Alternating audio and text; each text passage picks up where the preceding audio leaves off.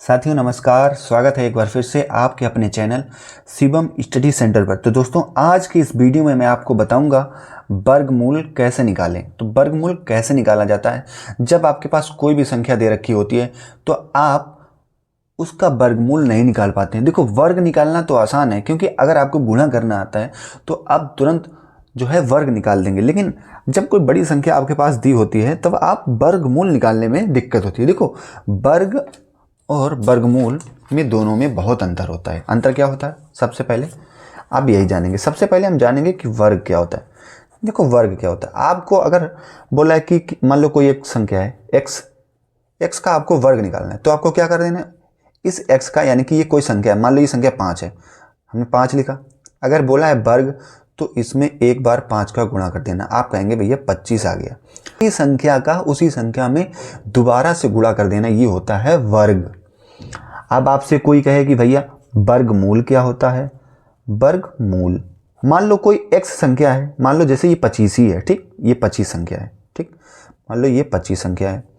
अब 25 संख्या की ऐसी दो समान संख्याओं से गुणा करो कि संख्या 25 आ जाए। तो आप कहोगे भैया 5 × 5, अभी तो आपने बताया था। तो वर्गमूल में क्या होता है, इसका एक खंड, ये आपका हो जाएगा वर्गमूल। क्या हो जाएगा, वर्गमूल। अगर इसी से बोल दिया जाए कि 5 का वर्ग क्या होगा, तो ये हो जाएगा 5 का वर्ग 25 और 25 का वर्गमूल हो जाएगा 5। समझ में आ गया? ठीक, अब हम आपको बताते हैं कि इन सवालों को करते हैं, क्योंकि देखो आपके पास 25, 36, 49 ऐसी छोटी संख्या होगी तब तो आप गुणा करके उसका एक भाग बता देंगे कि आप ये वर्गमूल आ जाएगा। लेकिन जब आपके पास 625, 729, 1000 के ऊपर वाली संख्याएं, जैसे मैंने तीसरा सवाल ये लिया है 1024, अगर ऐसी संख्याएं आ जाएंगी तो आप बता नहीं पाएंगे। तो हमारा पहला सवाल क्या है, 625 हमें लिखना है। ऐसे करके एक लाइन खींच देनी है, ठीक। लाइन खींचने के बाद एक लाइन ऐसे खींचनी है क्योंकि हमें देना है भाग। देखो, जब भी हम भाग देते हैं तो हमें सबसे पहले छोटी संख्या का भाग देना होता है, क्योंकि अगर छोटी संख्या का भाग चला जाएगा तो हम छोटी संख्या आसानी से दे सकते हैं, ठीक।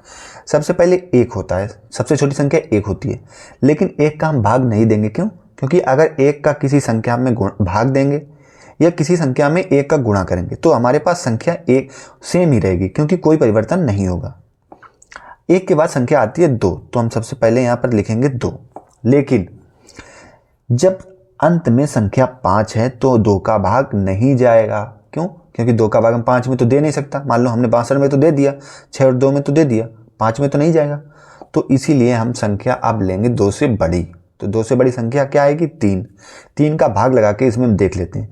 3 दूना 6, अब 2 में तो भाग नहीं जाएगा तो हम इसको ले लेंगे 25।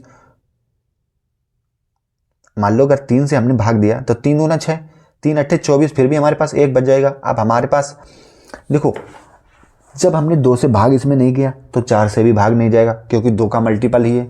तो हम इसमें सबसे पहले 4 के ऊपर वाली संख्या का भाग देंगे। तो हमारे पास 4 के ऊपर संख्या कितनी है, 5। 5 का भाग इसमें आसानी से चला जाएगा। 5 का रूल ये होता है कि जब किसी संख्या के अंत में 0 या 5 हो तो उसमें 5 का भाग आसानी से चला जाता है, ठीक। 5 का भाग हम सबसे पहले 6 में देंगे। तो हमारे पास 5 से 6 संख्या बड़ी है तो 5 एकम 5, तो ये 1 बार जाएगा, ठीक। अब 5 एकम 5, यहाँ पे 1 बचा, ये हो गया 12।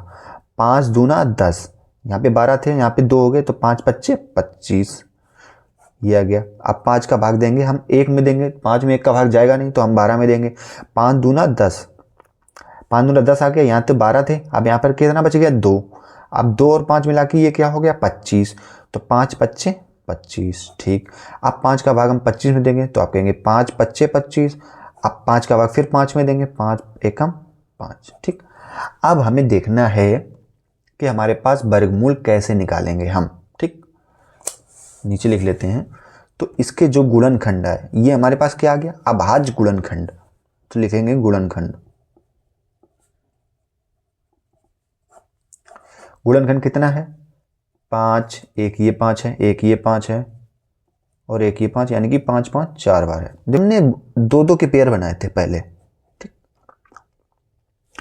तो हमारे पास इन दोनों में से एक पेयर हमें उठाना है। जैसे ये 2 के खंड बन गए, 2 के गुणा, तो 5 और 5 में हम जब एक खंड लेंगे तो हमारे पास क्या आएगा 5 आएगा, ये गुणा लगाए तो ये गुणा लगा देना है। अब एक खंड ये है तो एक खंड का 5 ये निकाल लेना है। तो 5 × 5 का गुणा करेंगे, 5 × 5 = 25। 625 का हमारा जो वर्गमूल आया है वो आया है 25। ठीक, अब अगर कोई ये कह दे कि 25 का वर्ग कितना होगा तो 25 × 25, यही हमारे पास 625 आ जाएगा आसानी से। ठीक, सीख गए, वर्गमूल और वर्ग में यही अंतर होता है। अब हम निकालेंगे 729 का। देखो इसमें आपको शायद थोड़ा कम समझ में आया हो, लेकिन जब हम दूसरा सवाल निकालेंगे तब आपको पूरा समझ में आ जाएगा, क्योंकि एक सवाल में हो सकता है आपको कम समझ में आए। तो हम लिखेंगे 729, जल्दी जल्दी से करेंगे, समय को बर्बाद नहीं करेंगे। अब देखो हमने बोला था 2 से भाग देना है, 2 से भाग नहीं जाएगा क्योंकि लास्ट में विषम संख्या है, तो ये विषम संख्या से ही भाग जाएगा। यानी हम इसमें 3 का भाग देंगे क्योंकि 2 से बड़ी संख्या 3, 3 से 9 कट जाएगा। हमें लास्ट वाली संख्या देखनी है कि वो संख्या कैसी है। ठीक, अगर सम संख्या होती तो 2 से भाग लगा लेते, विषम है तो हम विषम संख्या से ही भाग देंगे। तो 3 से भाग देंगे 7 में, 3 दूना 6, 1 बच जाएगा, 12 हो जाएंगे, 3 चक्को 12 और 3 त्रिका 9। ठीक है भैया, फिर 3 से भाग देंगे क्योंकि लास्ट में 3 है, तो 3 8 24 और 3 एकम 3। अब क्या 81 में हम 2 का भाग दे सकते हैं? नहीं, 3 का ही देंगे क्योंकि स्टार्टिंग से हम 3 का ही दे रहे हैं। अब हम 2 से नहीं भाग दे पाएंगे, तो 3 से भाग दो, 3 से 8 भाग देंगे, कितना आएगा? 3 दूना 6, 2 बच जाएगा, यहाँ पे हो जाएंगे 21, 3 7 21। फिर 3 का भाग देंगे, 3 9 27। अब 9 में हम फिर 3 का भाग देंगे, 3 त्रिका 9। जब तक यहाँ पर 1 ना आ जाए, 3 एकम 3, ये जब तक 1 ना आ जाए तब तक हमें भाग देते ही रहना है। ठीक, अब हमें क्या करना है? इनके गुणनखंड लिख लेना है। 1 2 3 4 5 6, यानी कि 3 का गुणा कितनी बार हुआ? 6 बार। 3 × 3 × 3 × 3, ऐसे करके हमें टोटल 6 बार लिख लेना है। मैंने क्या बोला था? मैंने 2 2 के पेयर बनाए थे। ठीक, 1 2 3। अब इसमें से एक 3 को उठा लेना है। देखो यहाँ पे अगर 2 × 2 होता तो हम 2 को उठाते, 5 × 5 होता तो जैसे अभी 5 एक उठाया था यहाँ पे ये वाला, तो हम 5 उठाते। तो 3 × 3 में हम 1 3 उठाएंगे, ये गुणा लगाए तो 3। एक पेयर से हमें एक ही संख्या लेनी है। ठीक, 1 का 3 ये ले लेंगे, एक इसमें से 3 निकाल लेंगे, तो 3 त्रिका 9, 9 3 27। तो हम ये पूछे कि 27 का वर्ग क्या होगा तो आप कहेंगे 729 होगा, और पूछे 729 का वर्गमूल क्या होगा तो आप कहेंगे भैया 27 होगा। ठीक, कोई भी डाउट रह गया है तो एक सवाल हम और कर लेते हैं। तो 1024 को हम ऐसे लिखते हैं, लाइन खींच लेंगे। सबसे पहले छोटी संख्या से हमें भाग देना है, 2 से देना है, क्योंकि लास्ट में एक सम संख्या है तो 2 से भाग आसानी से चला जाएगा। 2 पंचे 10, 2 एकम 2, 2 दूनी 4, फिर 2 से भाग देंगे, 2 दूना 4, बचेगा 1, 2 पंचे 10, 1 बचेगा, 2 छक्का 12, फिर 2 से देंगे, 2 एकम 2, 2 दूना 4, यहाँ पे 1 बच जाएगा, 2 अट्ठे 16, फिर 2 से देंगे, 2 छक्का 12, 2 चक्को 8। अब फिर से हम 2 से देते रहेंगे जब तक कटता रहेगा।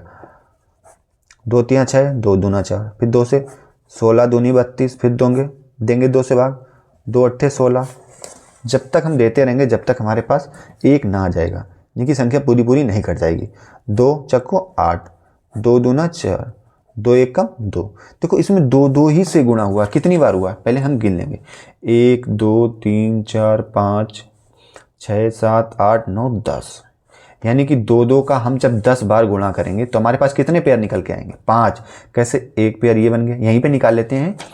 एक पेयर ये 2, एक पेयर ये 3, एक पेयर ये 4 और एक पेयर का मतलब जोड़ा होता है। ठीक, 5, यानी कि 2 का हमें 5 बार गुणा करना पड़ेगा, यानी कि 2 यहाँ पे लिखते हैं, गुणे 2 गुणे 2 गुणे 2 गुणे 2, 1 2 3 4 5।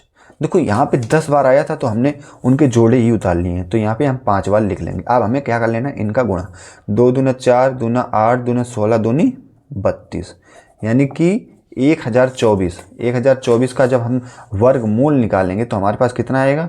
32। अब 32 का अगर कोई पूछे कि स्क्वायर यानी कि वर्ग क्या होता है तो हो जाएगा 1024, और 1024 का वर्गमूल पूछे तो ये हो जाएगा 32। तो दोस्तों आज का ये जो वीडियो वर्गमूल निकालने का जो वीडियो था वो आपको कैसा लगा? अगर अच्छा लगा हो तो वीडियो पे एक छोटा सा लाइक कर देना, और चैनल को ऐसे ही और मज़ेदार वीडियो देखने के लिए सब्सक्राइब जरूर कर